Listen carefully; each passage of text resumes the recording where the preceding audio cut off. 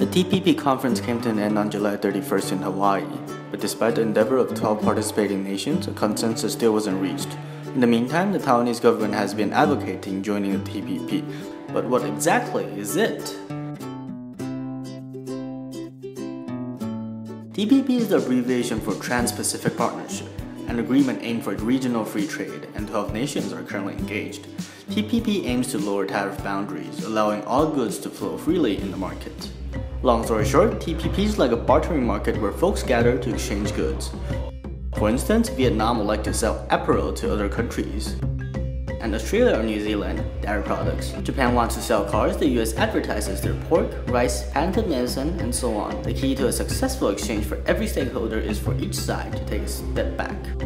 As for how many steps is the key to win a win-win negotiation. The idea of TPP has been implemented for 5 years. There have been dozens of negotiations in which each nation adheres to their own interests. Sectors including agriculture, intellectual property, and automotive industry remain in dispute. In the process of negotiation, Japan expects the US to withdraw automotive tariffs, while the US hopes to sell its patented drugs to Australia. Aside from demanding shorter patent years of the US, Australia also intends to market their dairy products to Mexico, and Mexico wishes to sell cars to the US. As an exchange, the US plans to export rice and pork to Japan. Yet, to protect the domestic industry, some nations refuse to open, others bicker over quantity. For instance, in order to ensure domestic agriculture development, the Japanese government hoarded 360,000 tons of American rice for a while and sold it cheaply as animal feed.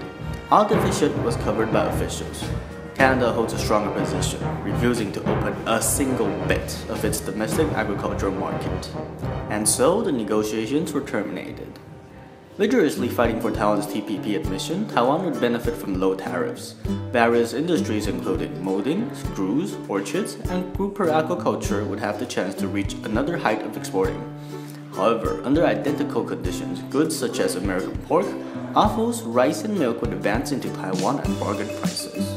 If we fail to devise a complete set of supporting measures, traditional Taiwanese industries will be devastated. As the Taiwanese government claims that TPP would bring more benefits than disadvantages, we should ask ourselves at the same time, are we ready?